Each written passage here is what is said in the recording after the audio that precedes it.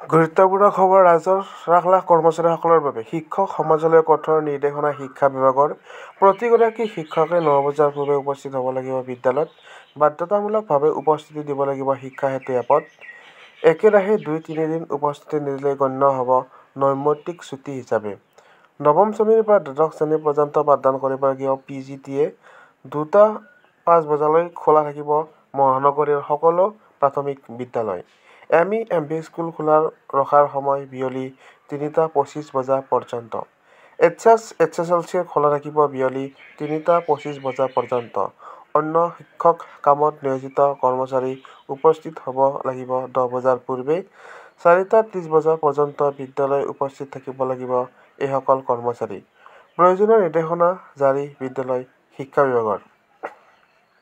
ইতিমধ্যে গুৰুত্বপূৰ্ণ খবৰ ৰাজ্যৰ শিক্ষা বিভাগলৈ কঠোৰ নিৰ্দেশনা শিক্ষা বিভাগৰ প্ৰতিগৰাকী শিক্ষকে ৯ বজাৰ পূৰ্বে উপস্থিত হ'ব লাগিব বিদ্যালয়ত বাধ্যতামূলক উপস্থিতি দিব লাগিব শিক্ষা সেতু এপত একেৰাহে ৯ দিন উপস্থিত নিদিলে গণ্য হ'ব নৈমিত্তিক ছুটী হিচাপে নৱম শ্ৰেণীৰ পৰা দ্বাদশ শ্ৰেণী পৰ্যন্ত পাঠদান কৰিব লাগিব PGTয়ে আৰু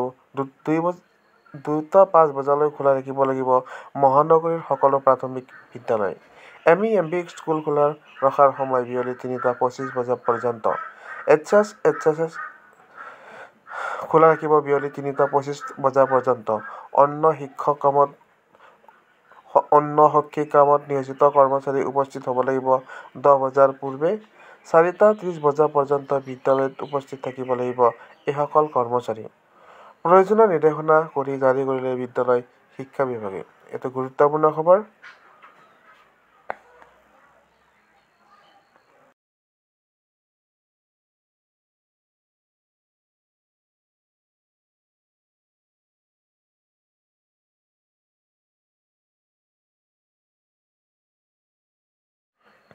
শিক্ষা সেতু এপক লৈ কঠোৰ নিৰ্দেশনা শিক্ষা বিভাগৰ পুৱা ৯ বজাৰ আগতেই উপস্থিত হ'ব লাগিব বিদ্যালয়ত আৰু শিক্ষকে বাধ্যতামূলক উপস্থিতি দিব লাগিব শিক্ষা সেতু এপত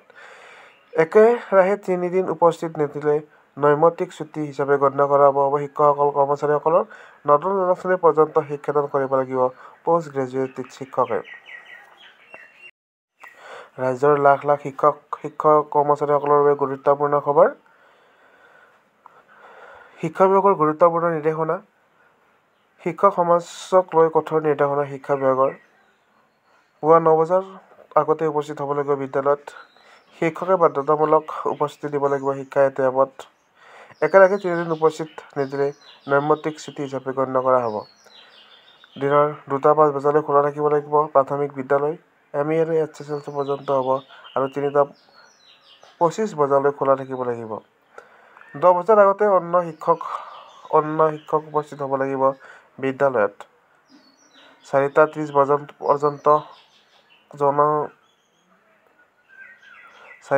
বজা পৰ্যন্ত শিক্ষক বিদ্যালয়ত উপস্থিত থাকিব লাগিব।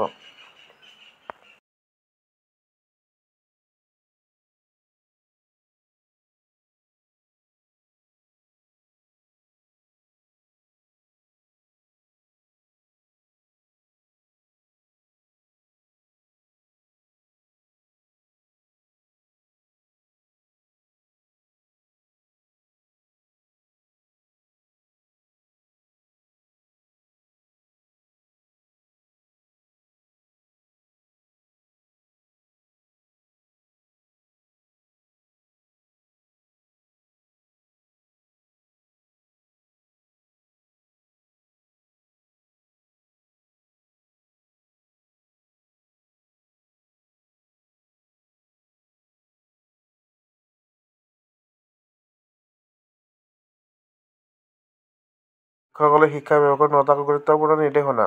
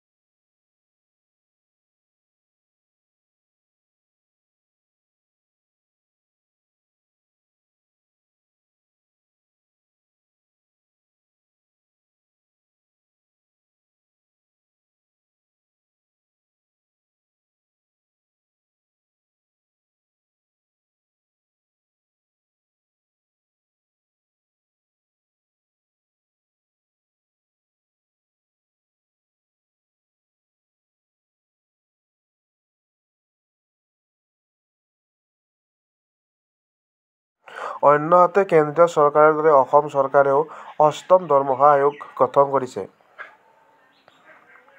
আৰু লগতে SOP অনলাইন টিচাৰ 2025 যিটো আপোনালোকৰ ট্ৰেন্সফাৰক লৈ গুৰুত্বপূৰ্ণ ঘোষণা কৰিছে ৰাজ্য চৰকাৰৰ শিক্ষা বিভাগে। অৰ্থাৎ প্ৰাধান্য দিব মহিলা শিক্ষয়িত্ৰীসকলক বেছিকৈ প্ৰাধান্য দিয়া হ'ব এই ক্ষেত্ৰত।